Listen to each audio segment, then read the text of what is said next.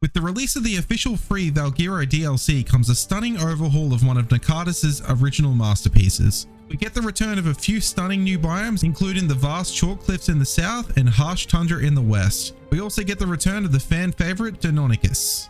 In this one, we're going to go over the exact coordinates for all 10 artifacts, including coordinates for cave entrances. I'll warn you now, there is one artifact I haven't been able to find, but we'll get to that at the end. I'll also explain what to expect inside and what I recommend you bring along. I should caution you though, this is not a step-by-step walkthrough on how to complete these caves. Before we get started, I should let you know that I may recommend bringing creatures into caves they naturally won't fit inside, in which case they would need cryopods or a dino storage mod. Secondly, I won't be recommending items that would be considered standard caving kits.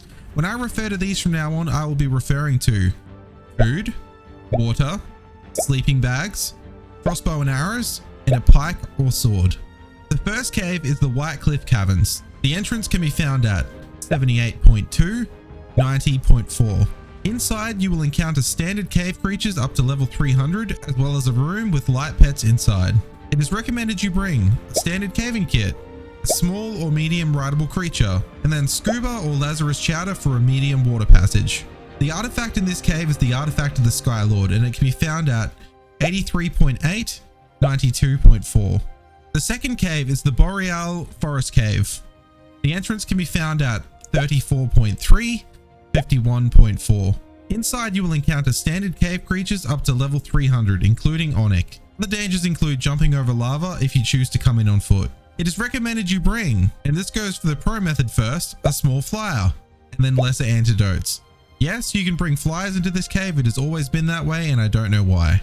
If you don't wish to use a flyer, it is recommended you bring standard caving kit, Thyla or Deinonychus, grapples, decent firearms, or several people. The artifact in this cave is the artifact of the crag, and it can be found at 35, 52.2. The third cave is the Lost Temple. The entrance can be found at 46.8, 87.4. Inside, you will encounter standard cave creatures of standard levels, as well as eels, ammonite, and eurypterids in the water that will knock you out faster than a sucker punch in Fortitude Valley. There is also the added danger of death pits. It is recommended you bring standard caving kit, a pick or hatchet, lesser antidotes, a Thyla or Deinonychus, grapples, decent firearms or several people, Lazarus chowder or scuba for a water passage near the end. There are two artifacts in this cave, with the first one being the artifact of the Brute, and that can be found at 47.7, 88. The second artifact is the artifact of the Devourer, which can be found at 48.7, 90.3. The fourth cave is the Snow Mountains Cave. The entrance can be found at 15.6, 27.5. Inside, you will find typical snow cave creatures including polar bears, yeti, direwolves, and the added danger of Polovia, all reaching up to level 300. It is recommended you bring a standard caving kit, a large rideable creature such as a Rex, though you will need cryopods to get it through the entrance, decent fur armor for outside the cave, ascendant firearms, or several people. The artifact in this cave is the artifact of the Cunning, and it can be found at 14.8, 24.9. The fifth cave is pure nightmare fuel and called the Lair. The entrance to this one is not typical, as it is being guarded by a world boss broodmother, and it can be found at 73.8, 41.8. Whilst the broodmother takes significant damage, it is still a big challenge without strong creatures or an army, so it would be recommended avoiding it and getting inside the cave as fast as you can.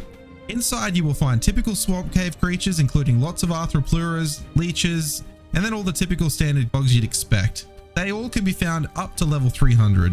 It is recommended you bring a standard caving kit, multiple gas masks or spare full sets of ghillie or scuba, a medium rideable creature such as a Thyla or Baryonyx, decent ghillie armor including spare pieces, lesser antidotes, decent firearms, or several people. There are 3 artifacts within this cave, and they won't be explained in any particular order as the cave isn't linear. The first artifact is the artifact of the Pack, which can be found at 70.2, 39.2. The second artifact is the artifact of the Strong, which can be found at 72.3, 36.6. The third artifact is the artifact of the Immune, which can be found at 74.3, 35.8. The sixth cave is actually the Red Aberration Zone and Rock Drake Trench, accessible through the Emerald Forest. There are multiple entrances to the Emerald Forest, and they can be found at 37.9, 57.8, and 32.3, 92.5. Given there are multiple zones to pass through, you will likely encounter standard aberration creatures. However, we will focus on the red zone, where you will encounter a lot of bad things, including rock drakes, nameless, reaper queens, and Karkanos, all of standard levels. You may also find Polovia in the red zone, though I didn't see any, but they're generally there on aberration. It is recommended you bring standard caving kit, a large rideable creature that is immune to radiation such as a rock drake, once you've got one, or an aberrant spino or megalosaurus. You'll need several hazmat suits, and then ascendant firearms or several people.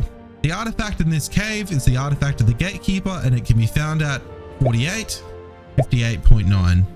The final artifact is one that I sadly have not yet located. I can tell you where it was on Valguero on Ark Survival Evolved, which was atop a rock formation at the edge of the chalk cliffs. The coordinates are 67, 89.1.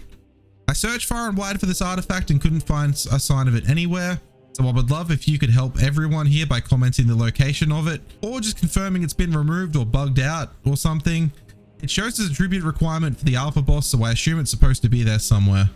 And with this, consider dropping a like if you survived this long, and subscribe if you don't know what's good for you. I hope you all enjoy whatever it is you're doing, whatever time zone it is. And I'll be seeing you all in the next one. Bye bye for now.